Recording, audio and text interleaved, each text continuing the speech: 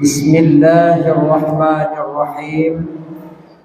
Subhanalladzi asra bi'abdihi laylan minal masjidil haram ilal masjidil aqsa alladzi barakna hawlahu linuriyahu min ayatina innahu huwas sami'ul basir. Shadaqallahul azim. Yang terhormat Bapak Gesi Gampung Lamjabat, yang lun tuan hormati Tuhapet atau TPG beserta seluruh anggota TPG Gampung Lamjabat.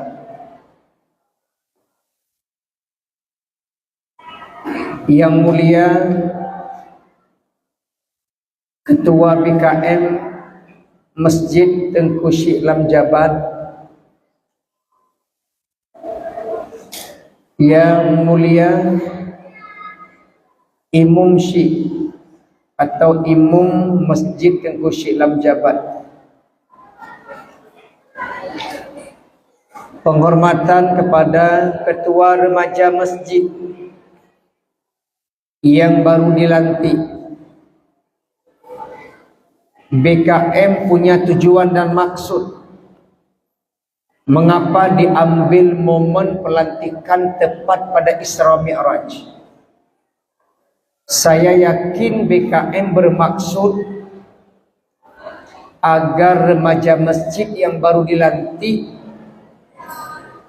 adalah generasi penerus pemakmur Masjid Tengku Syekh Lamjabat. Maka diambil momen pelantikan di masjid karena perjalanan Isra Mi'raj dari masjid ke masjid, dari Masjidil Haram ilal Masjidil Aqsa. Maka diambillah wahai remaja masjid momen pelantikan di peringatan Isra Mi'raj agar kalian cinta akan masjid. Saya berikan keyakinan buat remaja masjid, kalau kalian cinta masjid, kalau kalian betul-betul memakmurkan masjid di masa remaja, maka tidak usah ragu tentang masa depan. Coba buka dalam lembaran sejarah, tokoh-tokoh yang sudah sukses itu berangkat daripada masjid. Orang yang memakmurkan masjid tidak akan pernah Allah kecewakan. Satu sampah kita buang dalam masjid, malaikat catat, Allah lihat. Akan Allah gantikan sampah itu menjadi rahmat Allah. Dan saya bisa buktikan karena saya merasakan sendiri. 7 tahun saya bilal masjid, 7 tahun saya melayani jamaah, 7 tahun saya sapu masjid agar bersih setiap Jumat dan bahkan 5 waktu. Dan alhamdulillah saya selesai daripada kuliah, selesai daripada keluar daripada masjid berkeluarga, tidak kurang rahmat Allah, Allah curahkan kepada kami dalam keluarga. Saya membuka lembaran masa lalu, ini rahmat Allah orang yang memakmurkan masjid. Maka sekali lagi saya yakinkan remaja, bila kalian cinta dengan masjid, kalian makmurkan masjid, yakin dan percayalah masa depan kalian tidak akan suram. Yang dipatih rumah. Maka jangan jauh-jauhkan dirimu dengan masjid. Lawan godaan dunia. Contoh godaan dunia ini, anak-anak kita bapak ibu, dia sumpel telinganya dengan headset sehingga azan gak dengar lagi. Panggilan orang tua tidak dengar lagi. Akibatnya dia tidak cinta dengan masjid, cinta dengan apa yang ada di tangan mereka. Maka sekali lagi, tujuan dan maksud BKM melantik tepat pada 27 Rajab agar remaja masjid tetap dari masjid ke masjid. Ini tujuan jiwa. Jadi sekali lagi remaja yang saya hormati, teristimewa penghormatan saya kepada Tengku Syukurullah.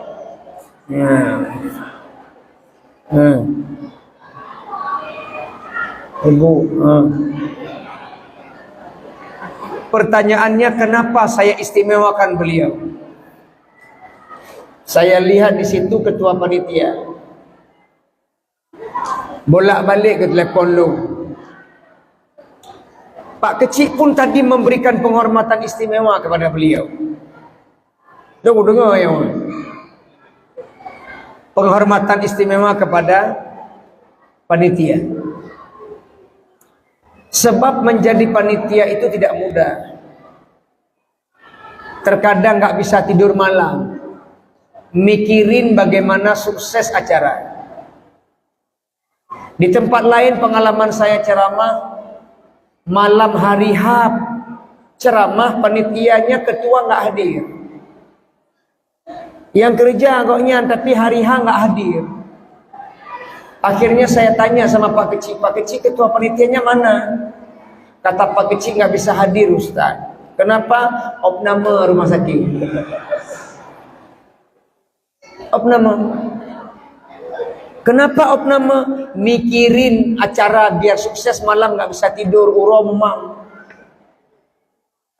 Tapi alhamdulillah Ustaz Syukurullah tenang menghadapinya. Hadir beliau. Kenapa beliau mikirin biar sukses? Karena sukses acara itu biasanya letaknya pada anggaran. Peng. Hana peng hajak buat. Letaknya pada duit. Dan perlu diketahui, tidak semua warga dermawan. Kadang-kadang na warga krit abudo culo. Tahu krit abudo culo? Pelit mati pelitnya. Tengku Syukurullah kadang-kadang ketok pintu door to door, cari sumbangan. Ketok pintu, Assalamualaikum, dijawab sama seorang ibu yang krit. Waalaikumsalam. Siapa? Saya Syukurullah, ketua panitia Isra Mi'raj. Tanya balik, ada urusan apa sama saya? Kami datang kemari minta sedekah sedikit. Untuk apa sedekah? Ada Isra Mi'raj di masjid. Apa aja acaranya? Ada pelantikan remaja, ada ceramah. Siapa ceramah? Ustaz Umar Ismail. Orang mana dia tuh? Sedekah belum kasih ke Demayang Kruk Medan. Ustaz Umar Ismail. Orang mana dia? Orang kampung Atik Pahlawan. Atik Pahlawan daerah mana rumahnya? Urusan rumah lu. Di Jalan Adam, Lorong Cempaka, tepat di belakang makam pahlawan. Bagus ceramahnya? Bolehlah. Nanti waktu ceramah ada bagi kue. Coba tengok, duit belum kasih, tanya kue orang. Ada bagi kue? Ada. Apa kuenya? Kue kotak. Apa aja dalam kotak tu? Aqua gelas 1, kue 3 potong, kotak 1. 3 potong kue, apa aja jenis kuenya? Ya Allah, mati kata orang.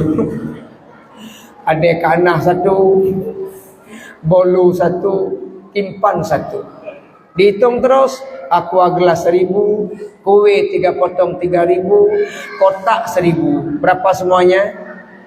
Berapa semua? 5000. Dikasih duit 5000. Ini dia, ini ambil. Ditanya panitia, kenapa pakai air liur bu? Be'ruh 2 un hai bangai. Akhirnya kasih be'ruh 2 un pakai ibabah. Setelah terima sedekah Pak Syukrullah balik badan pulang. Apa kata ibu itu lagi? Ustaz Syukrullah jangan lupa ya, nanti waktu ceramah saya datang juga. Saya bawa anak 5 bawa anak, dia 1 berapa? 6. Terpaksa panitia bagi kuih kotak untuk dia 6 kotak. 1 kotak berapa duit? 5.000 kali 6 berapa? 30.000. Dikasih sedekah berapa? 5.000. Pertanyaannya, berapakah rugi panitia? Berapa rugi panitia? 25.000. Apa kata Syukrullah? Rumahnya mati mah aku jali bang. Pelitnya setengah mati. Makanya jadi panitia nggak gampang. Kesuksesan hari ini karena keseriusan panitia. Nggak sanggup kita balas sampai Pak Kesyik berkata teristimewa penghormatan, apresiasi kepada panitia. Semoga beliau dan panitia semuanya sehat. Allah akan membalas dengan yang setimpal kepada beliau dan kawan-kawannya. Hadirin wal hadirat yang dirahmati Allah Subhanahu wa taala. Malam ini pertama-tama kita bersyukur dulu kepada Allah. Allah yang terus dan akan terus mencurahkan kasih sayangnya kepada kita. Dan salah satu kasih sayang Allah adalah kita sehat malam ini bisa berhadir duduk di dalam majelis ilmu peringatan Isra Mi'raj. Saya ibu pengalaman ini memberikan pengajian majelis taklim di Blangoy, ibu-ibu Bani Salim, di Gece Inem, kemudian di Athonanggro, Kedah, Pelanggahan. Saya melihat ketika majelis taklim menuntut ilmu, ada 4 model saya lihat dengar ilmu. Nah, macam yang pertama ada yang ikut pengajian jidar. Apa jidar? Pengajian bersandar.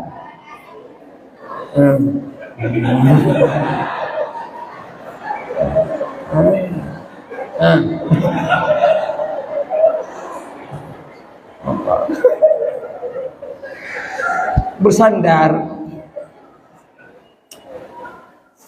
nyokah nama sadu kai cok legok awai go kan ada amawai mana merupa inan. Ya, jadi ada yang jidar namanya, ikut pengajian bersandar. Yang kedua, pengalaman, ada yang jidur. Apa jidur? Iya, pengajian tidur. Idengku puruh putuh urat taku ke pegah. Ikut yang dengar. Jidur. Kami ustaz-ustaz nggak marah bu, nggak marah. Kami biarkan tidur. Kami maklum kok. Di rumah nggak bisa tidur diganggu suami. Di rumah nggak bisa tidur diganggu anak, diganggu cucu. Satu-satunya tempat tidur nyaman di majelis taklim. Kami biarkan itu, kami maklum kok. Karena malaikat tetap mencatat meskipun kita tidur. Malaikat tetap mencatat, mendoakan biar kita diampuni dosa meskipun dalam pengajian tidur. Asalkan dari rumah bukan niat untuk tidur. Itu yang dilakukan ya. Pat lam majlis ta'lim. Ini hanya merupakan apa? Enggak dapat apa-apa itu. Nah, itu jidur. Yang ketiga, ada model ikut pengajian GV. Apa GV? Pengajian selfie. Lagi pengajian sempat-sempat, lagi ngaji ni, nyanyi fi.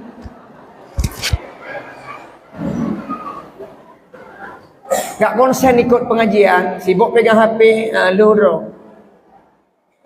Dan yang keempat yang mantap.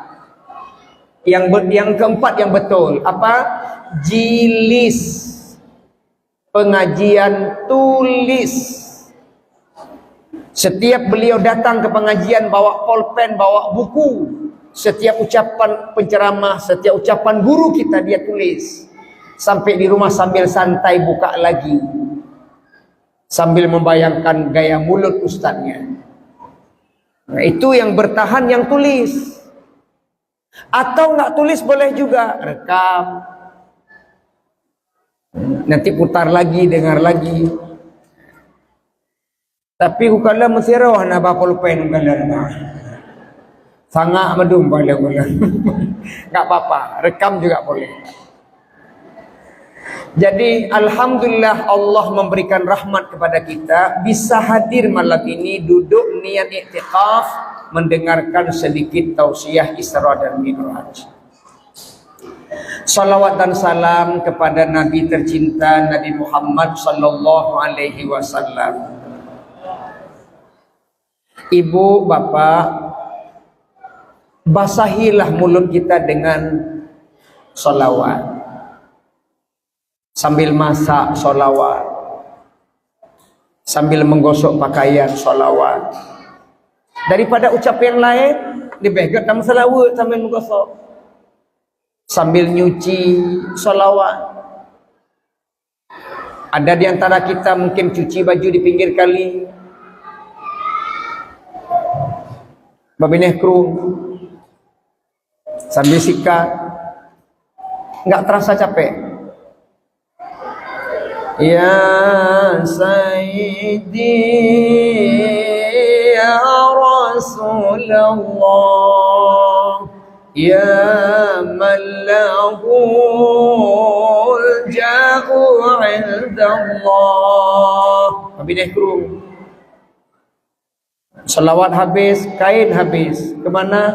Iba lehi kru.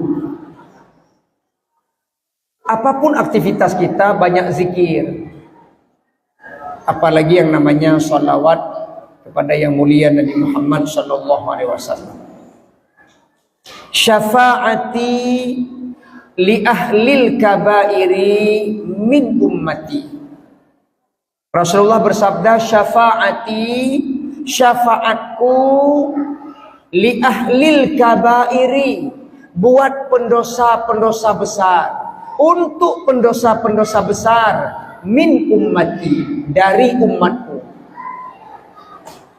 Meskipun kita 24 jam bergelimang dengan dosa-dosa, Nabi Muhammad tetap siap untuk memberikan syafaatnya di padang mahsyar.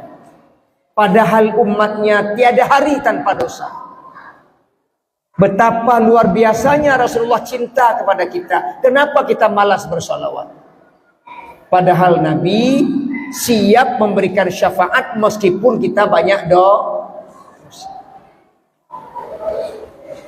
Mana banyak dosa? Dipanggil enggak datang. Allahu akbar, Allahu akbar. Bukankah itu panggilan?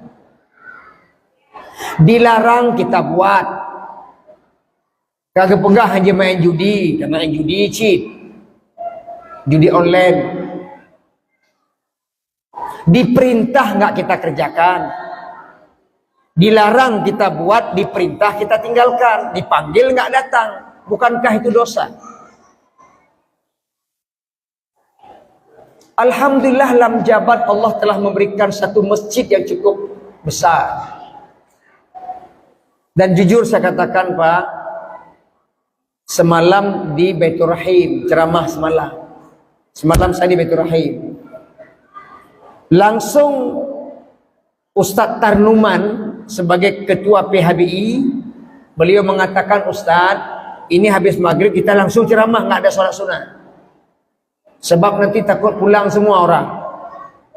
Akhirnya begitu Assalamualaikum, Assalamualaikum, penceramah kita dipersilakan. Kalau boleh nampak aku juga nampak. Ya.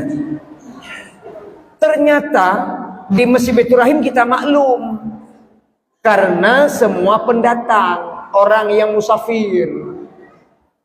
Gak mungkin yang musafir akan mereka mau berangkat pergi entah kemana. Kita paksa dengan ceramah. Kita maklum. Pertama banyak betul. Hotel tengah ceramah, baca. Tinggal 20 roda. Ibu 5 roda, ikut 25. Tapi kita maklum. Nah, malam ini kata Pak Kecil, alhamdulillah ramai, juga maklum dalam kampung. Memang penduduk kita semua. Dan saya melihat ini termasuk luar biasa dalam jabat. Luar biasa jamaah antusias hadir untuk mendengarkan tausiah Isra dan Mi'raj. Maka jamaah sekalian yang dimuliakan Allah Subhanahu wa taala, bersyukur kita di masjid di dalam jabat sudah ada masjid yang cukup indah yang Allah buat tempat kita bersujud di hadapan Allah Subhanahu wa taala. Perbanyaklah sekali lagi kita bersolawat meskipun kita banyak dosa, panggilan Allah datang. Kadang-kadang ni mohon maaf, lebih pintar ayam sama kambing daripada kita. Lebih jarang manok dengan kambing daripada dia. Kalau nggak percaya coba tes. Di depan rumah ada ayam, di depan rumah ada kambing. Bapak ibu masuk ke dalam ambil beras segenggam. Coba panggil tu. Ambil beras. Ketika beras dilempar di tengah ayam dan kambing, kira-kira siapa yang datang? Ayam apa kambing? Kenapa ayam datang? Kenapa kambing tidak datang? Mereka sadar. Kuru beras berarti menunjukkan panggilan buat ayam. Padahal ayam nggak pernah ikut majelis taklim. Padahal ayam nggak pernah pendidikan daya, nggak pernah kuliah di UIN. Tapi ayam tahu panggilan. Setelah lempar beras masuk ke dalam, ganti makanan, lempar kulit pisang. Mbak. Kira-kira siapa yang datang? Ayam apa kambing? Kambing. Ayam sadar nggak datang karena dia tahu bukan dia dipanggil. Kambing datang, dia sadar dia dipanggil. Padahal kambing nggak pernah ikut majelis taklim, kambing nggak pernah pendidikan daya, kambing nggak ada kuliah luar negeri S3, tapi kambing sadar dia dipanggil datang. Yang heran kita adalah manusia kuliah entah kemana, ngaji entah di mana, tidak ada majelis taklim yang dia tinggalkan. Otak ada, pikiran ada, jiwa ada, tapi panggilan tidak tahu. Allahu Akbar, Allahu Akbar. Siapa dipanggil? Ayam apa kambing? Manusia dipanggil. Kenapa ayam naik ke belah sahaya doa? Kenapa kambing naik ke masjid berak? Mudah-mudahan selesai ceramah Isra Mi'raj ini, masyarakat Lam Jabat insya-Allah semua jadi kok kambing pula kah? Semua jadi manusia. Tahu panggilan ketika suara azan kita datang. Namun demikian, Rasulullah tetap menanti kita untuk diberikan syafaatnya. Perbanyaklah kita bersolawat untuk Rasulullah Sallallahu Alaihi Wasallam. Jamaah yang dimuliakan Allah Subhanahu Wa Taala. Malam ini kita memperingati Isra Mi'raj. Saya cuma menyampaikan dua saja. Dua ini nanti beranak pinak. Intinya dua, tapi beranak pinak. Yang pertama, alasan di Isra Mi'rajkan Nabi. Yang kedua, hikmah di balik perjalanan itu. Dua saja. Alasan diperjalankan Nabi itu ada tiga. Kenapa Nabi di Isra Mi'rajkan? Tiga alasan.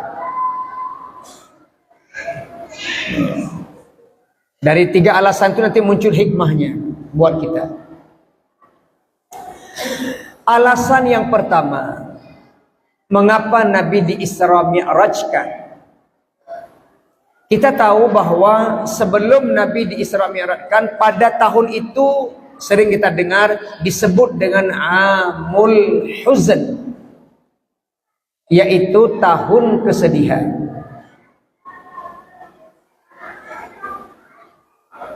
Kenapa Rasulullah digolong ulul azmi? Syarat ulul azmi adalah sukses menghadapi ujian dan cobaan Allah dengan kesabaran. Coba tengok dalam Al-Quran surah Al-Ahqaf ayat 35. Apa ayat 35, ayat 13? Coba tengok nanti balik. Kalau surah Asy-Syu'ara ayat 13 ya. Ayat 13 Asy-Syu'ara, ayat Al-Ahqaf 35. Ayat Asy-Syu'ara ayat 13 itu jumlah Nabi ulul azmi. Sedangkan dalam surah Al-Ahqaf ayat 35 itu syarat jadi ulul azmi. Fasbir kama sabara ulul azmi minar rusuli. Bersabarlah, karena sabar itu adalah keteguhan hati ulul azmi daripada Rasul. Jadi ulul azmi itu 5. Nabi Nuh, Ibrahim, Musa, Isa, Rasulullah Muhammad sallallahu alaihi wasallam.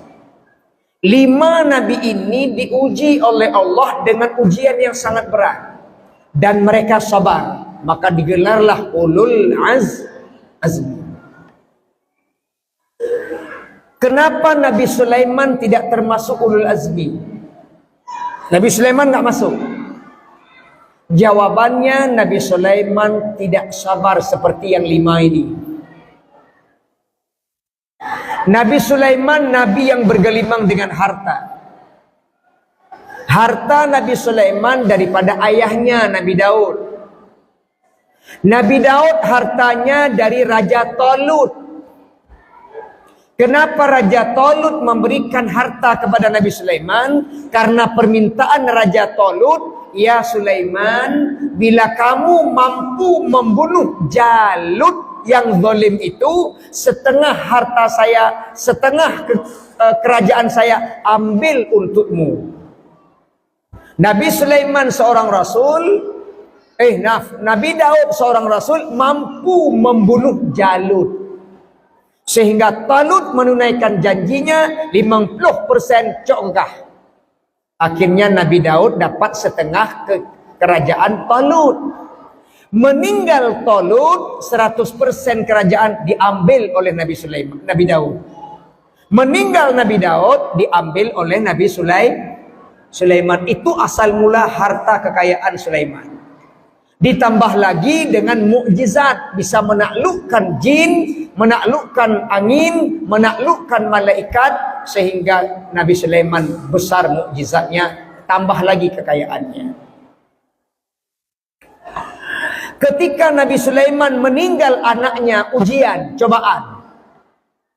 Dalam hadis disebut begini, tuwfiya ibnun li Sulaiman ibni Dawud alaihi wassalatu wassalam.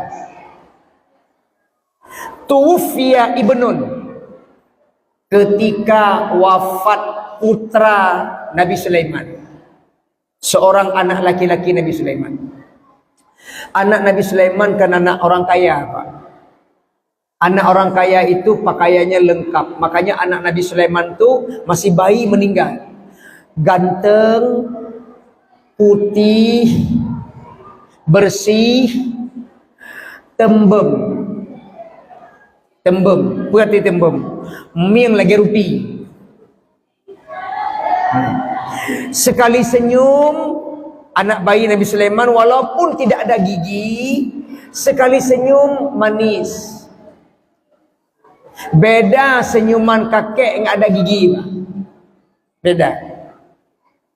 Aci kakek-kakek yang naigo dia cihing dia. Beda senyuman dengan bayi yang tak punya gigi. Bayi senyum yang tak ada gigi itu senyum penuh ketulusan. Penuh ketulusan. Tapi kakek yang senyum tak ada gigi penuh penyesalan. Yang naik kau baik hing apa? Baik hing. Gelak kamu kalian, Pak. Jadi meninggal, Pak. Anak Nabi Sulaiman meninggal. Fawajadda alaihi wajdan syadidan. Maka Nabi Sulaiman bersedih atas meninggal putranya, wajdan syadidan, dengan kesedihan yang sangat mendalam. Bahasa anak-anak remaja masjid, lebay. Jadi yang remaja masjid itu pun lebay. Sedihnya terlalu mendalam. Allah tidak ridha begitu. Berarti Bapak Ibu, bila kita ditimpa musibah tidak boleh terlalu berlebihan berdukanya, enggak boleh. Kalau bahasa Rasulullah SAW dalam hadis, tidak boleh memukul-mukul paha alal fahidhi. Kalau ada orang meninggal, tidak boleh pukul-pukul paha bahasa Rasul. Kalau bahasa kita, hanjir priak-priak baje, antuk-antuk ule, raba-raba abe. Kadang-kadangnya lah kemah, ada isteri begitu meninggal suami, koyak-koyak baju, cakar-cakar wajah, hantam-hantam kepala. Kamatela lo, kamatela kolong, kamatela kolong, kamatela kolong. Robek-robek baju. Sehingga yang datang takziah enggak pulang-pulang. Kenapa? Tunggu habis robek. Enggak boleh. Tapi kalau menangis setetes dua tetes air mata, boleh. Makanya saya di Kampung Atek sebagai imam kampung, kalau ada orang meninggal, kita izinkan sebelum kita tutup wajahnya dengan kapas, kita ikat kain kafan, kita izinkan keluarga untuk baris mencium satu persatu jenazah. Bilang jabat lagi ya kan? Ya, sama. Ibu meninggal suami, kami perintahkan, ibu, ini suami ibu. Ya Ustaz, itu suami saya. Saya izinkan cium terakhir kali, ciuman perpisahan. Ayo antri, istri, anak, menantu, cucu, nenek, cium. Cium Ustaz, cium. Cium, cium. Ustaz, siapa saya cium? Ustaz apa mayat? Mayat. Pakai cium ke kah? Hana habis pegah lompat. Saya suruh cium. Apakah waktu cium nangis boleh enggak? Kayak mana kita tahan? Yang tidak boleh meratap. Enggak mungkin, Bu. Ini mohon maaf, Pak. Bapak kalau meninggal istri enggak nangis. Hanro imata. Munyo hana nemo, nyan mak tuan curiga.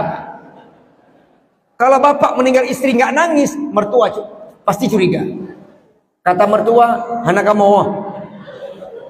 Kan hana kamu mau mak hitim terus. Gesoli mak tuan kapak ate.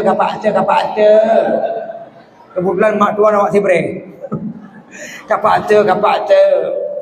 Akhirnya di pak ate lah. Bukan air mata turun angin di bila luar. Silahkan cium, nangis setetes boleh, asal tidak meratap. Ada juga yang tak mau cium. Hei, dapat sahang cium. Ibu, cium. Enggak Ustaz. Bahkan geblut hong tajurong. Takut buka wajah jenazah. Cium. Datang istri, cium. Datang anak-anak, cium. Datang menantu, cium. Yang terakhir nenek. kenapa begitu nenek cium? Mana ego wangi ni di piringku. Boleh cium. Jadi menangis boleh, yang dilarang meratapi, memukul-mukul paha. Nabi Sulaiman tidak sabar, Pak. Ketika putranya meninggal, beliau bersedih sampai mendalam. Allah tengok, Allah tidak ridha. Diberikanlah pelajaran buat Nabi Sulaiman. Caranya bagaimana? Diutus 2 malaikat. Dalam hadis disebut fa'atahu malakani, maka kami datangkannya 2 malaikat. Malaikat menjumpai Nabi Sulaiman untuk ditegur oleh Allah melalui malaikat bahawa jangan begitu terlalu mendalam sedihnya.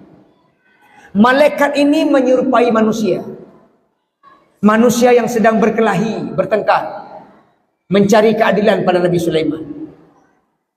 Duduklah fajalasa baina Sulaiman, duduklah di antara Nabi Sulaiman. 2 orang ini duduk di depan Nabi Sulaiman. Kata orang yang pertama kepada Nabi Sulaiman, "Ya Rasulullah Sulaiman, kami bermusuhan." Kenapa bermusuhan? Saya menanam pohon, kata yang pertama. Padahal itu malaikat tuh, menyerupai manusia. Saya menanam pohon,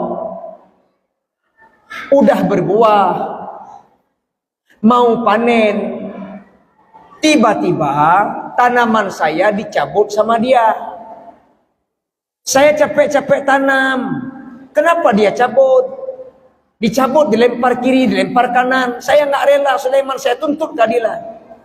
Kenapa dia cabut tanaman saya, capek saya tanam, saya mau panen? Nabi Sulaiman dengar pihak pertama. Untuk keadilan, dengar pihak kedua. Kata Nabi Sulaiman, betul, kamu cabut tanaman dia. Ya Sulaiman, betul. Ya Rasulullah Sulaiman, betul, saya yang cabut. Kenapa kamu cabut? Bukankah itu perbuatan zalim? Tanaman orang kamu cabut. Kata malaikat ini, ya Rasulullah Sulaiman, kayak mana enggak saya cabut? Dia tanam di jalan. Kuda saya nggak bisa lewat, kendaraan saya nggak bisa lewat. Siapa suruh tanam di jalan? Ini kan jalan umum. Siapapun yang lewat kena tanaman dia. Untuk bisa lewat terpaksa saya cabut. Ibu, bapak, termasuk kita nih. Rumah kita di pinggir jalan. Janganlah taruh pot di jalan.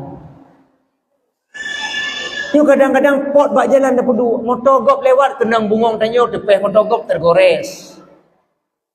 Jangan tanam tanaman di jalan karena itu jalan. Kalau ibu tahu, bapak tahu ada tumbuh, cabut aja.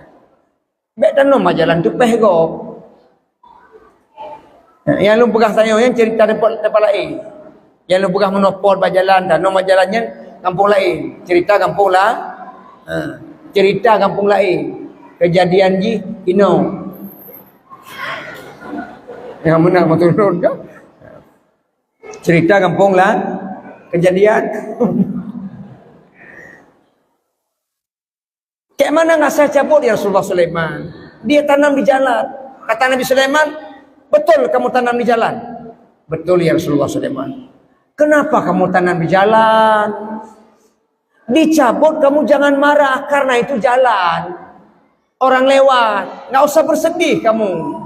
Kenapa kamu ngadu bermusuhan dengan dia dicabut? Itu jalan, kenapa kamu tanam? Dicabut jangan sedih. Oh ya Rasulullah, betul gitu ya. Ya.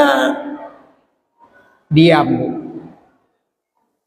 Di tengah keheningan diam, jawab malaikat yang pertama, ya Rasulullah Sulaiman, kenapa kamu bersedih di saat musibah dicabut nyawa anakmu?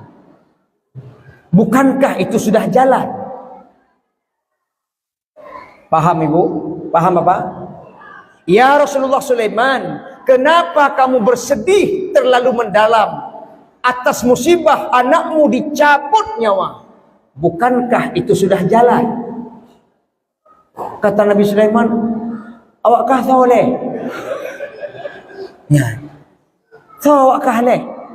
Ya Rasulullah Sulaiman, kami berdua utusan Allah untuk memberikan peringatan kepadamu, jangan terlalu mendalam dalam kesedihan bila Allah berikan musibah. Baru Nabi Sulaiman sadar. Maka Nabi Sulaiman tidak masuk dalam ulul azmi karena beliau tidak sabar. Nabi Muhammad SAW sebelum beliau di Isra Mi'rajkan, tahun itu amul huzn, tahun kesedihan. Kenapa sedih? Satu, meninggal paman tercinta Abu Talib, benteng dakwah. Dua, meninggal istri tercinta Siti Khadijah, modal dakwah. Perputaran ekonomi di Mekah itu adalah ekonominya Khadijah. Rasulullah sempat menduda setahun. Setelah meninggal Siti Khadijah, enggak nikah lagi. Dan tidak ada cita-cita nikah lagi. Cukup itu satu istrinya. Karena mencari yang sepribadi seperti Khadijah enggak dapat.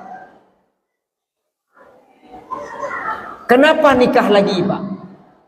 Beliau nikah lagi setelah setahun menduda, itu karena desakan sahabat. Bukan mau beliau. Kata sahabat-sahabat Nabi, ya Rasulullah, engkau seorang Rasul, kerjanya dakwah. Kalau engkau kerja dakwah, siapa yang jaga anakmu, 6 anakmu dengan Khadijah? Siapa yang urus mereka? Siapa yang giling gandum? Siapa yang nimba air kalau engkau nggak nikah lagi? Yang paling penting ya Rasulullah, kalau engkau nggak nikah lagi, istri-istri kami ini ngaji sama siapa? Karena keberadaan istri Rasulullah itu guru buat istri-istri para nabi, istri-istri sahabat. Makanya Bapak Ibu, hadis-hadis tentang perempuan banyak diriwayatkan oleh istri beliau. Yang memberikan pengajian buat istri sahabat, istri Rasulullah. Maka dipaksakan nikah lagi biar dapat guru untuk ngaji istri sahabat. Itu tujuannya. Maka menikahlah Rasulullah dengan istri yang kedua. Siapa namanya? Saudah binti Zam'ah. Siapa namanya? Saudah binti Zam'ah. Berapa umurnya? Saudah 61 tahun. Istri pertama selisih usia 15 tahun dengan Nabi. Istri kedua selisih usia, tua istri 10 tahun. Rasulullah memang langganan minta lebih doa. Ya.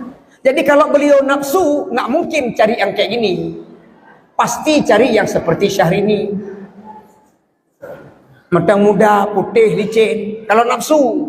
Tapi malah dapat yang 61. Cuma bedanya apa? Saudah itu tinggi besar. Boh tapai, uberaya apa? Sanggup urus 6 anak, sanggup giling gandum, sanggup nimba air. Itu fisik Saudah. Walaupun sudah tua. Maka bapak-bapak, kalau ada rencana nikah lagi, ikut Nabi. Cari yang lebih tua, yang raya panjang, boh tapai raya, siga soh game. Selesai, Pak. Apa begitu? Ya. Adapun menikah dengan Aisyah, itu perintah Allah. Bukan maunya, kewajiban perintah Allah harus tunaikan. Itu panjang riwayatnya, Pak. Nabi sampai menerima sehelai daun dari Jibril. Di daun itu tertulis nama Aisyah. Foto bukan nama, foto. Gambar wajah Aisyah. Nabi nggak kenal. Aisyah masih umur 9 tahun. Menteng gelah le SD. Cuma nikah belum bersama dengan Aisyah di Madinah. Jadi intinya meninggal Siti Khadijah, istri yang sempurna, tidak ada rencana nikah lagi. Meninggal Siti Khadijah, beliau bersedih hati. Ibu-ibu kalau mau suami meninggal ibu meninggal, suami bersedih, bentuk diri kita seperti Khadijah. Beliau nggak pelit, Siti Khadijah berkorban harta, Siti Khadijah nyawa dan tulangnya, tulang dan nyawanya diberikan untuk dakwah Rasulullah sallallahu alaihi wasallam. Kaji kadang-kadang nalako meninggal ini hanaimo pak. Malah ikut pintu abah memek. Itu jenazah isteri, dia di belakang pintu, mulutnya komat kami. Ditanya Pak Kecil, baca apa? Oh, mulutnya gerak-gerak. Alhamdulillah, alhamdulillah, alhamdulillah, alhamdulillah, alhamdulillah. Alhamdulillah. Kenapa alhamdulillah? Lama saya tunggu hari ini baru kejadian. Jadi Bapak Ibu, Khadijah meninggal, Nabi sedih. Yang ketiga, kenapa sedih? Karena ketika beliau dakwah ke Taif, padahal Taif itu banyak keluarga Rasulullah, banyak famili Rasulullah. Harapannya diterima dengan mulus. Tapi ternyata begitu beliau ke Taif, bukan disambut dengan gembira, malah beliau dilempar dengan batu, dengan kayu dan kotoran onta, sehingga wajah beliau berlumuran darah, baju beliau berlumuran dengan darah. Illam takun ghadabi fala ubali. Asalkan engkau ya Allah tidak marah kepadaku, biarkan mereka menzalimiku. Yang penting engkau ya Allah tidak marah kepadaku. Sambil berlinang air mata, Rasulullah sedih karena ditolak dakwahnya di Taif. Atas kesedihan itulah Nabi Muhammad di Isra Mi'rajkan. Itu alasan pertama. Alasan yang kedua, kita ambil hikmahnya itu.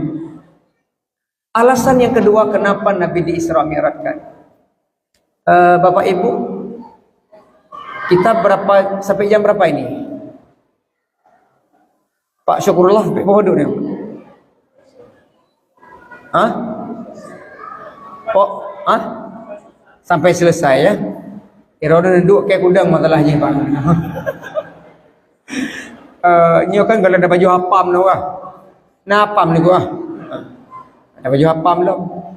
Jadi saya tadi naik jam 10, jam 9 lewat 20, ini sudah mau 1 jam. Biasanya kalau ceramah dalam masjid enggak lama. Paling tegak 1 jam atau 1 jam lebih baca. Paling tegak 1 jam lah kalau pengalaman tempat lain. 1 jam 15 menit pengalaman tempat lain. Jadi nanti kalau di sini sudah sampai 1 jam setengah, tolong dipertimbangkan.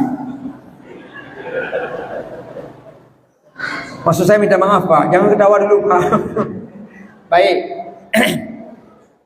Alasan yang kedua, mengapa Nabi Muhammad di Isra Mi'rajkan? Di situ ada kalimat linuriyahu min ayatina, untuk diperlihatkan tanda-tanda kebesaran Allah. Bapak Ibu yang berbahagia, proses mendapatkan ilmu biasanya ada beberapa proses. Ada orang mendapatkan ilmu lewat mendengar. Ini malam ini saya ceramah, Bapak Ibu dengar. Ini proses dapat ilmu. Pendidikan. Ada proses lewat melihat. Apa yang kita lihat jadi ilmu. Ada prosesnya lewat berkata-kata. Jadi setiap berkata kadang-kadang lahir kata-kata yang baru, ilmu. Itu proses. Begitu juga Rasulullah melihat linuriyahu min ayatina. Apa yang beliau lihat menjadi pendidikan buat beliau. Dan buat kita juga. Maka sejauh perjalanan beliau, banyak yang beliau lihat. Dari sejak Masjidil Haram sampai ke Sidratul Muntaha. Banyak yang beliau lihat. Dan pandangan yang paling lezat adalah ketika berada di Hadratul Rabbi. Ketika berada di arasy-Nya Allah. Bisa langsung melihat zatnya Allah. Itulah kenikmatan puncak dari pandangan beliau. Sementara pada waktu Isra, banyak yang beliau lihat. Nggak mungkin kita sampaikan sampai habis. Di antaranya, sebagaimana kita tahu, beliau melihat ada orang yang sedang panen. Di depan panen, di belakang beliau tumbuh lagi. Balik ke belakang, yang panen tadi tumbuh lagi. Jibril berkata, "Ya Muhammad, itulah iklan." Jadi Bapak Ibu, apa yang Rasulullah lihat sampai ke Sidratul Muntaha itu semuanya iklan. Bukan asli, iklan. Nanti umatmu begitu. Kalau aslinya neraka surga itu nanti setelah kiamat. Yang beliau lihat itu iklan. Muhammad, yang kamu lihat orang sedang panen itu, itulah umatmu nanti yang dermawan. Jadi orang yang bersedekah seperti orang yang panen gak habis-habis. Maka Bapak Ibu tanyonyo baik kriit. Menyeperle harta tanyo bertambah baik kriit. Menyokun kamu pidi kriit duit pade, so yang kriit bagah. Amin ya Allah, amin, amin, amin ya Allah, amin, amin ya Allah. Tanda urung kriit, nyo bukan tanda urung kriit. Dia kalau nak jual lewat celeng. Celeng masjid. Yang pura-pura meratip tuk mata baik 5 celeng. Subhanallah, subhanallah, subhanallah, subhanallah, subhanallah, subhanallah. Terpaksa celeng pindah legap lah di. Hotel lewat celeng baru ikut. Alhamdulillah kalewat, alhamdulillah kalewat, alhamdulillah kalewat. Yang kriit. Sedekahlah. Rasulullah mengajarkan kita bagaimana tata cara sedekah supaya harta kita berlimpah. Nah cara aja Pak. Dan caranya gepurno oleh Rasulullah. Cara bersedekah. Kata Rasul, "Ya Aliyu, wahai Ali," beliau nasihati kepada menantu beliau, sepupu beliau. "Ya Aliyu, idza tasaddaqta," wahai Ali, jika kamu bersedekah, fatasaddaq bi ahsani ma indaka. Wahai Ali, jika kamu bersedekah, maka bersedekahlah yang terbaik apa yang ada di sisimu. Bapak Ibu, jujur saya katakan, hadis ini jarang dibaca sama penceramah. Hadisnya jarang dibaca oleh penceramah. Termasuk ulum. Jarang lu baca hadisnya. Bahkan jarang beresiko. Menyolong ku ceramah nak ku bainam, saya ceramah ada bawa isteri, didengar sama isteri hadis ini, bersedekahlah yang terbaik apa yang ada di sisimu. Saya enggak ada di rumah, isteri di rumah, datang pengemis minta sedekah. Gejo sedekah baju. Gedengar hadisnya pernah aku baca, gejo lah yang paling terbaik, fortune gejo. Gejo motor fortune geji. Bang kuwo ka hanale fortune. Ku tanya Mbak Inang, "Ha fortune long, kau sedekah?" Bibi hana utak kah? Pulau hana utak ni ceramah kan bi ahsani yang terbaik. Ya Allah delah aku berah. Ya tu. Nah, ternyata Bapak Ibu cara bersedekah kalimat bi ahsani itu maknanya 2. Jadi hadis munonyan fatasaddaq bi ahsani ma indaka, bi ahsani di sini yang terbaik maknanya 2. Apa 2? Yang pertama halal, yang kedua layak. Nyan makna ji. Bukan yang terbaik sebagaimana bahasa itu, bukan. Dimaknakan 2. 1, sedekahlah yang halal, yang haram gedula. Yang kedua yang layak. Yang haram gedula, yang halal terima. Kata Rasulullah, sadaqatun luqmatin, sedekah sesuap, minal halali, daripada yang halal, ahabbu ilallah, lebih Allah cintai, min mi'ati mithqalin, daripada 100 mithqal. minal harami, daripada yang haram. Menye bahasa lain mana? Saya coba tes bapak matematika malam ini. Tadi saya katakan mi'ati mithqalin, 100 mithqal. Coba dengar baik-baik. 1 mithqal sama dengan 4,25 gram emas. 1 mithqal sama dengan 4,25 gram emas. 100 mithqal berapa gram? Oi. Berapa? 425 gram emas. 425 gram emas berapa mayam? Aduh. Yang nak kalkulator botek tok dengan you. 425 gram emas berapa mayam? 128 mayam. 128 mayam kali 4.500.000 harga emas sekarang. Paduk rupiah. Nyen punuh kalkulator. Cerita 28 mayam kali per juta setengah. Paduk. 4M kan?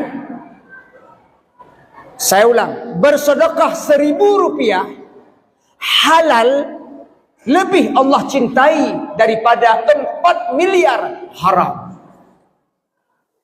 Maka bi'ahsani itu artinya halal. Yang kedua, layak. Yang layak. Bapak ibu punya baju bekas di rumah. Jangan dibiarkan beli lemari baru untuk pertama lah baju bekasnya. Baju bekas yang naik rumah, neba bak laundry, negosok, pertama dalam plastik, jok ke kau. Beg ni kubah di rumah, yang mentang layak pakai. Beg ni press baru ni jok, leh tutup rumah kau. Beg tajuk ilai, pakon untuk waktu tutup rumah tajuk. Berarti narjana doa kau di tutup rumah. Kasih terus yang layak. Sekarang saya tanya Bapak Ibu, dalam dompet dalam dompet Bapak Ibu ada uang 100.000, 50.000, 20.000, 10.000, 5.000, 2.000. Kira-kira lewat celeng yang teh ni jauh.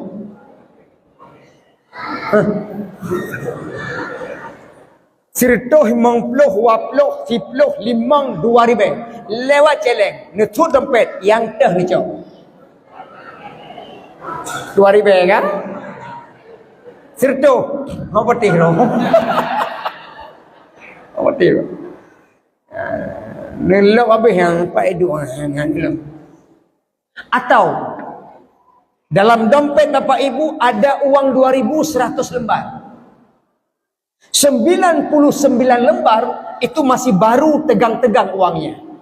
1 lembar yang kamu lipat letih baik belum. Lewat celeng, yang mana Bapak Ibu ambil? Yang lekitnya anda. Bukan yang layak, yang tidak layak lagi. Maka jilohirin pakon masjid-masjid ketika selesai solat Jumat, kok lama kali hitung celeng. Boleh hana luluh hitung. Rupanya lekit-lekit tak pengdum. Ini makna layak.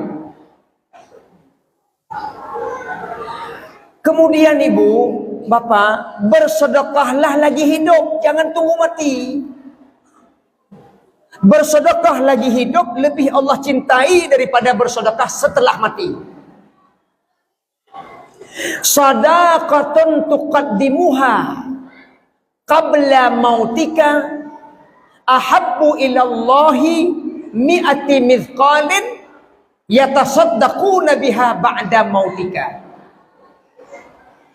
Bersedekah engkau dahului sebelum matimu, ahabbu ilallah, lebih Allah cintai daripada 100 mithqal setelah mati. Jadi waktu tengah hidup nak sedekah, baik preh mati baru sedekah. Lebih mulia bersedekah lagi hidup. Bukan enggak diterima orang mati sedekah, diterima, tapi lebih mulia lagi hidup. Kenapa mulia? Rela melepaskan harta dengan mata kepala kita lihat sendiri. Padahal harta begitu capek kita cari, rajok gegok, tanging dengan mata uleh, yang lebih raya pahala karena kita sabar harta lepas dalam kehidupan kita. Ya, berarti lebih mulia tersedekah waktu hidup daripada dia mati. Bapak Ibu, pada suatu hari ayam berdialog dengan sapi. Pada suatu hari ayam berdialog dengan sapi. Apa kata ayam? Bang Pi, sapi maksudnya apa? Ibu kalau ada suaminya namanya Bang Epi, bek malamnya kan robahnan, oh Bang Pi. Ya. Kata ayam kepada sapi, Bang Pi. Apa kata sapi? Ya Dek Yam. Bang Pi, kenapa Bang Pi kok sangat dimuliakan? Kenapa Bang Pi kok sangat dihormati? Saya Bang Pi, apa kurang pengorbanan saya buat manusia? Tidak sedikit pengorbanan saya buat manusia Bang Pi, tapi kenapa Bang Pi yang dimuliakan? Protes saya. Wahai Bang Pi, tengoklah saya. Paha saya, kata ayam, saya berikan kepada manusia. Banyak manusia merindukan paha saya. Hai Pamanau,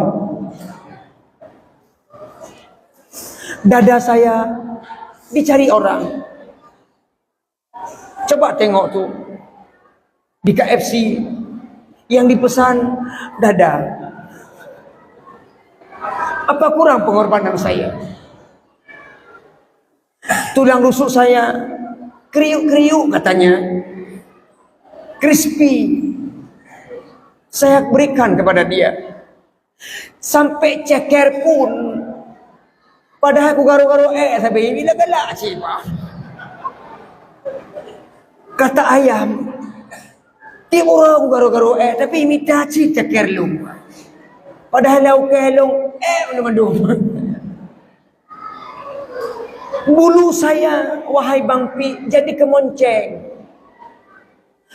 Saya jadi pupu. Apa kurang pengorbanan saya buat manusia?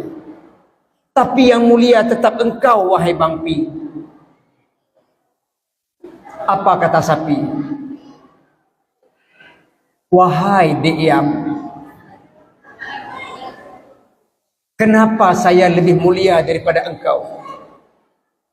Karena saya bersedekah lagi hidup. Lagi hidup, susu saya diperas.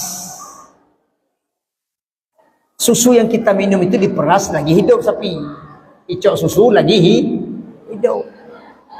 Kamu, pahamu, dadamu, cekermu, tulang rusukmu engkau berikan setelah mati. Maka saya lebih mulia karena saya bersedekah lagi hidup. Itu logikanya. Maka jangan pelit. Nabi tengok ternyata sedang panen, berkembang, hartanya berlimpah ruah. Singkat kata, singkat cerita, beliau lihat lagi yang paling penting di dalam syurga dan neraka. Dalam syurga mungkin sudah nikmat, enggak apa-apalah. Tapi yang paling menakutkan ketika beliau tengok dalam neraka, dua kalimat beliau ucapkan yang sering kita jumpai dalam hadis. Yang pertama beliau katakan, afara'aitu aksara ahlihan nisa.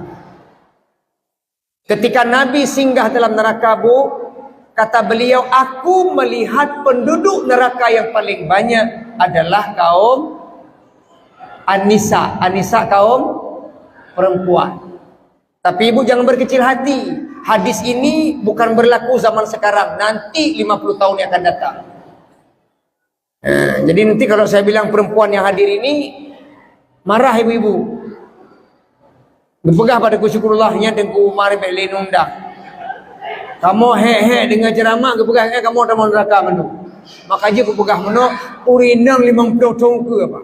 Daripada lu ada habut kepegah juga ya, Pak. Hadis ini beliau sampaikan kepada Aisyah.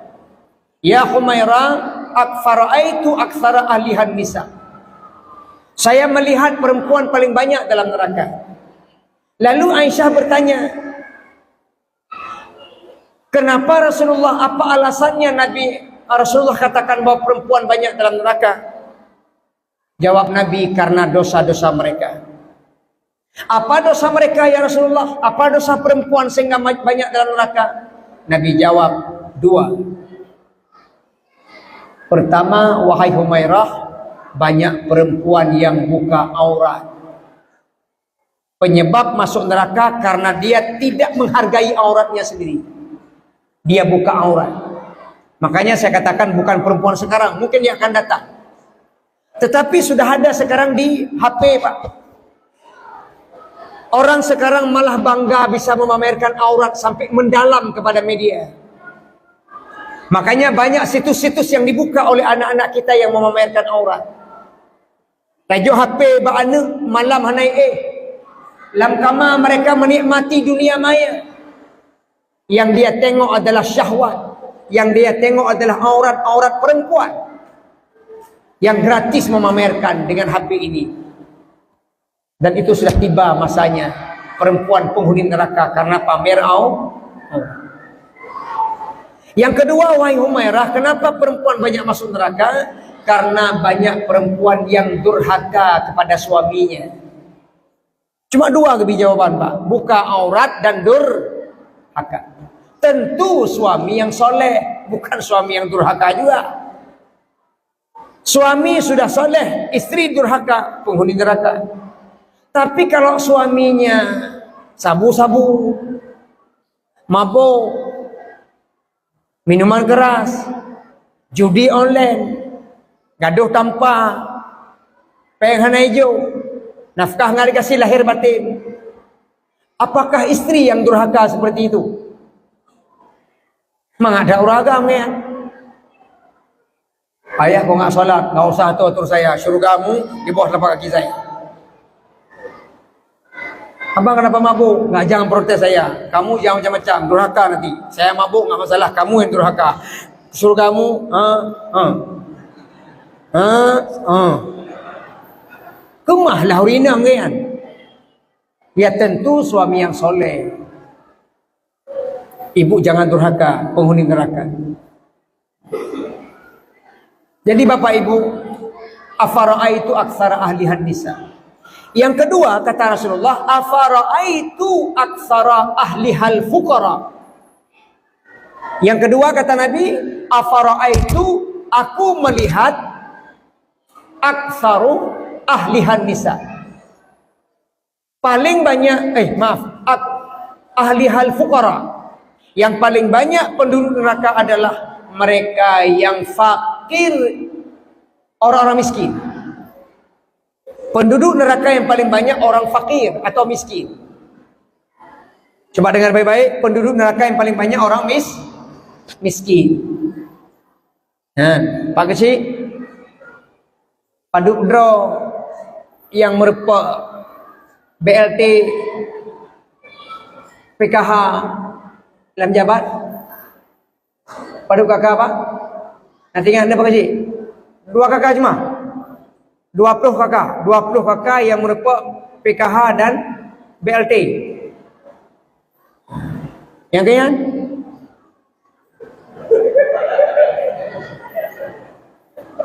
yang kemudian Nah, jangan salah persepsi lebar. Makna aktsaru ahlil fuqara, kebanyakan orang miskin, ditanya oleh sahabat. Faqalu, mereka berkata, sahabat bertanya, ya Rasulullah, minal mal, ya Rasulullah, dari harta. Maksudnya begini, ya Rasulullah, apakah mereka masuk neraka karena miskin harta? Jawab Nabi, la, bukan. Bal, akan tetapi miskin ilmu. Miskin ilmu. Maka penghuni neraka yang paling banyak adalah karena miskin ilmu. Maka berapa kali guru-guru kita memperingatkan kita, ibadah yang kita lakukan bukan atas dasar ilmu, mardud, ditolak. Maka bek bangga, pak bek kagum kalau naurun semayang cukup rajin, tapi ya buah ngedem. Cukup rajin semayang pak. Tubuh golai bang kam dipek kan. Tahu tiga, acin baca doa kunut tiga. Ni hendak doa baca. Acin baca atahiyatul tiga. Atahiyatul mubarakatuh salawatu taibatul lillah salamun alaikum. Kepada orang oleh. Memang rajin ibadah, ilmu tidak ada. Ditolak. Maka hadir kita ke majlis taklim dalam rangka mencegah diri jangan jadi penduduk neraka. Amal ibadah yang kita lakukan betul-betul atas dasar berguru, bukan tiru-tiru. Bergure, kan tire-tire. Maka penduduk neraka yang paling banyak adalah orang miskin ilmu. Nah, hadirin wal hadirat muliakan Allah, apa yang beliau lihat menjadi pendidikan buat beliau dan buat kita semuanya. Jadi intinya Isra Mi'raj untuk diperlihatkan kebesaran Allah. Yang ketiga, satu lagi. Ya, kasih je 15 minit. Yang terakhir, tujuan di Isra Mi'raj kan Nabi Muhammad alasannya adalah hendak diberikan perintah solat kepada umat Nabi Muhammad sallallahu alaihi wasallam.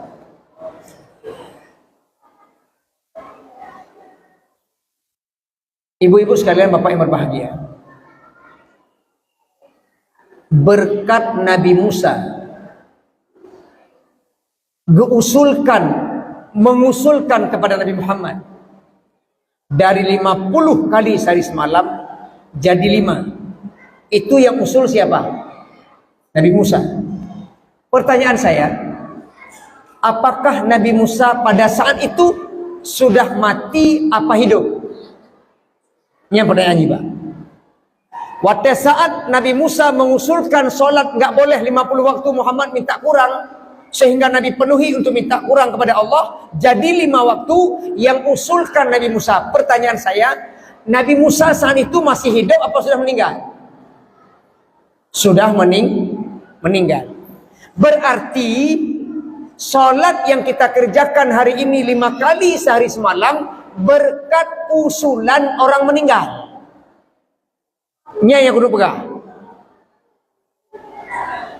Jadi baik sangka bahwa para nabi, para syuhada, para ulama meninggal, mereka meninggal. Tidak, mereka meninggal secara fisik, tapi secara ruh mereka hidup.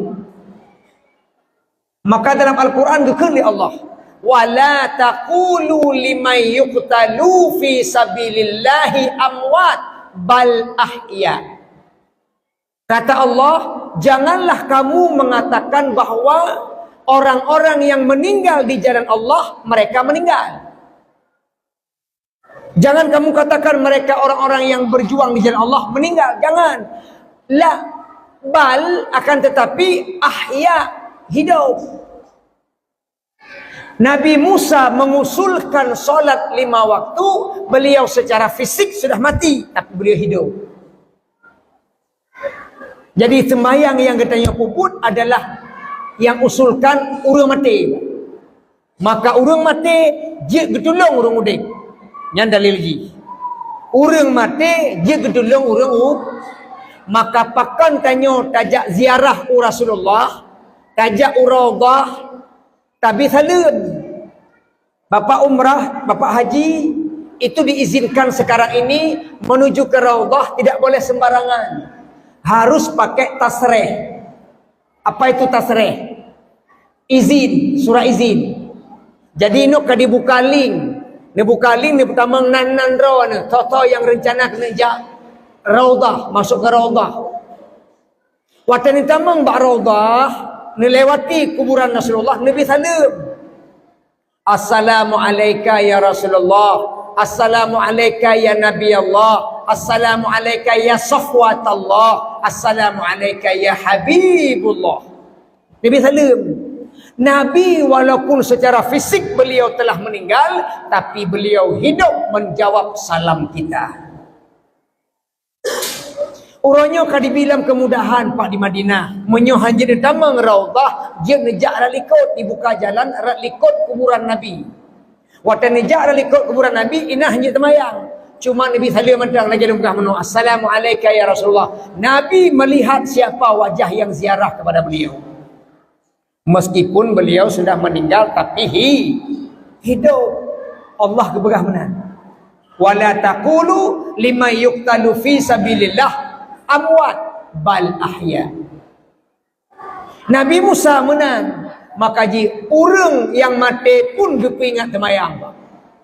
Dia ulang tiga tu. Orang mati kepingat tembah. Karena gedepa le orang mati munyoh hana temayang berat dalam kubur. Pak. Orang yang tidak solat berat di alam kubur. Maka orang mati mengingatkan kita solat, solat, solat. Semayang, semayang, semayang. Karena dengan amalannya tanya selamat di alam barzah sampai ke hari akhirat. Jadi intinya adalah hendak diberikan perintah solat kepada kita yang masih hidup. Jagalah ibadah solat ini. Karena Nabi mengatakan inna awwala ma yanzuru yaumal qiyamati minal abdi as-salah. Sesungguhnya yang pertama kita yang oleh Allah pada kiamat adalah solat kita. Inilah barangkali 3 alasan dan hikmah yang telah kami sampaikan di dalam peringatan Isra Mi'raj pada malam yang berbahagia ini. Semoga kita semuanya masyarakat Lam Jabat, bila mampu kita makmurkan masjid ini, yakin dan percayalah gampung katanya akan Allah turunkan berkah dari langit dan bumi. Rezeki yang jauh akan mendekat, rezeki yang sedikit akan jadi banyak. Allah jauhkan kita dari segala musibah dan bala malapetaka. Tengku syukurullah Pak Kecil dan seluruh tokoh-tokoh masyarakat kedua BKM. Saya kira itulah yang dapat kami sampaikan. Lebih kurang sudah 1 jam 20 menit di hadapan Bapak Ibu yang berbahagia. Bila di sana sini ada kesalahan dalam penyampaian, membacakan ayat, mohon untuk dimaafkan. Sebelum kita menikmati apam, mari kita doa dulu Pak. Sebelum kita menikmati sedikit ala kadar makanan. A'udzu billahi minasyaitonir rajim. Bismillahirrahmanirrahim. Alhamdulillahi rabbil alamin hamdan yuwafi ni'amahu wa yukafi'u mazidah. Ya Rabbana lakal hamdu kama yanbaghi li jalali wajhikal karim wa 'azimi sultanik. Allahumma salli wa sallim wa barik ala sayyidina Muhammadin wa ala alihi wa sahbihi ajma'in. Allahumma lakal hamdu wa ilaikal mustaka wa antal musta'an. La hawla wa la quwwata illa billahil aliyyil 'azim. Allahumma laka aslamna wa bika amanna wa alayka tawakkalna wa bika khasamna ya arhamar rahimin. Allahumma ighfir lana dhunubana wa liwalidina warhamhum kama rabbawna shighara wa li jami'il muslimina wal muslimat wal mu'minina wal mu'minat al ahya'i minhum wal amwat. Allahumma ij'alna sabura waj'alna syakura wa fi 'ainina saghira wa fi a'yunin nasi kabira. Allahumma barik lana fi Rajab wa Sya'bana wa ballighna Ramadan. Allahumma barik lana fi Rajab wa Sya'bana wa ballighna Ramadan ya arhamar rahimin.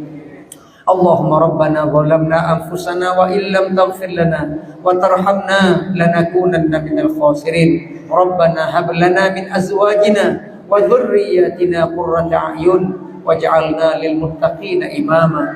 Rabbana atina fid dunya hasanah wa fil akhirati hasanah wa qina adzaban nar. Wa sallallahu ala sayyidina Muhammad wa ala alihi wa sahbihi ajmain. Walhamdulillahi rabbil alamin. Al-Fatihah.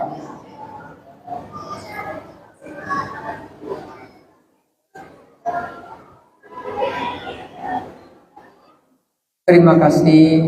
Kalau ada sumur di ladang, bolehlah kita bernumpang mandi. Kalau ada umur kita panjang, mari kita gali sumur sendiri. Wabillahi taufiq wal hidayah. Wassalamualaikum warahmatullahi wabarakatuh.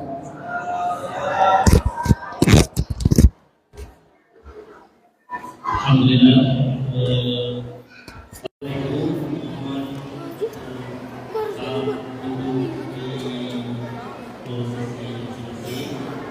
Pada adik-adik yang di masjid, kami mohon bantuannya untuk membagikan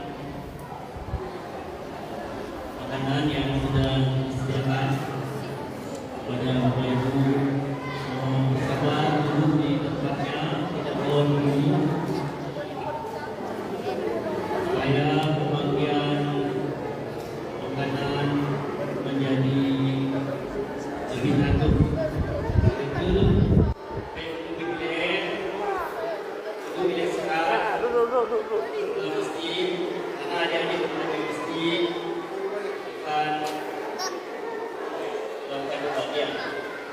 Pada adik-adik kamu, mohon dipercepat proses pembagian. Terima kasih.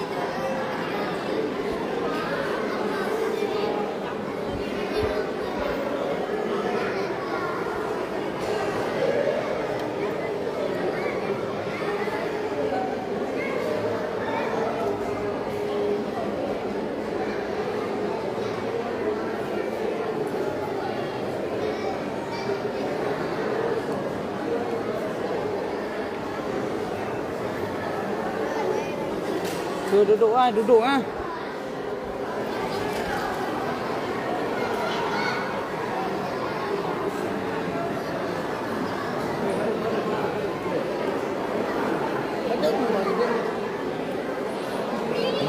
Duduk.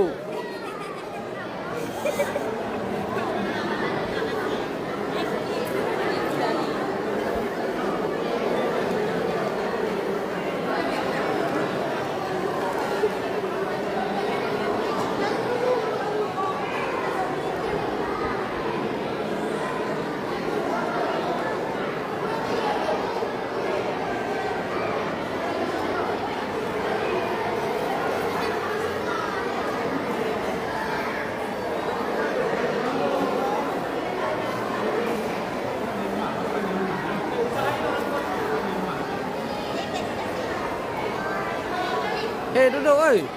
Duduk.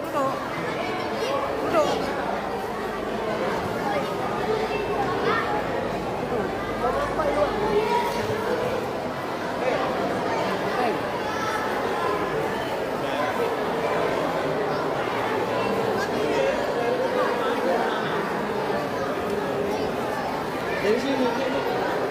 Ini di sini ada anak-anak dulu. Anak-anak.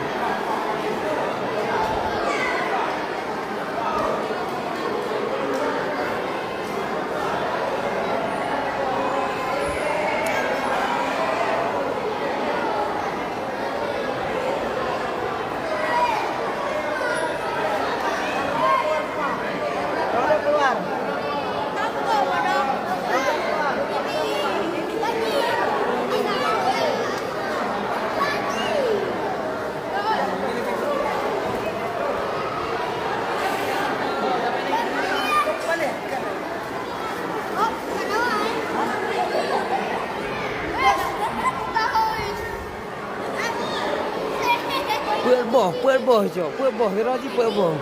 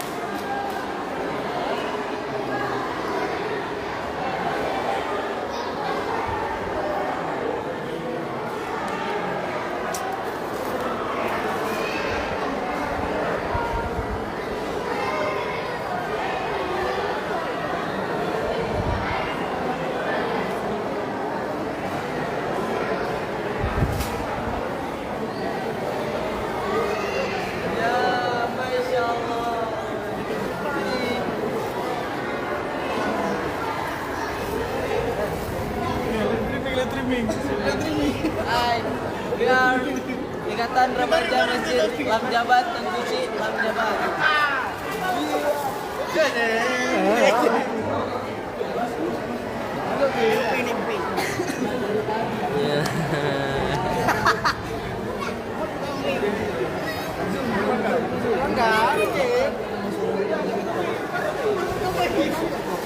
Kami mengucapkan selamat memperingati Isra Mi'raj.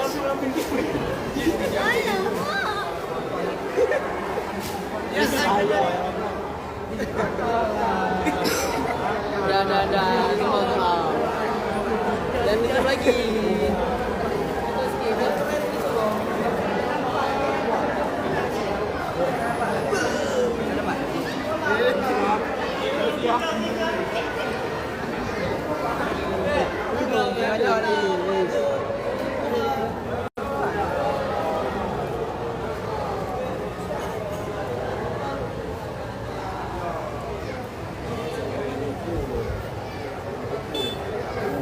Hujan.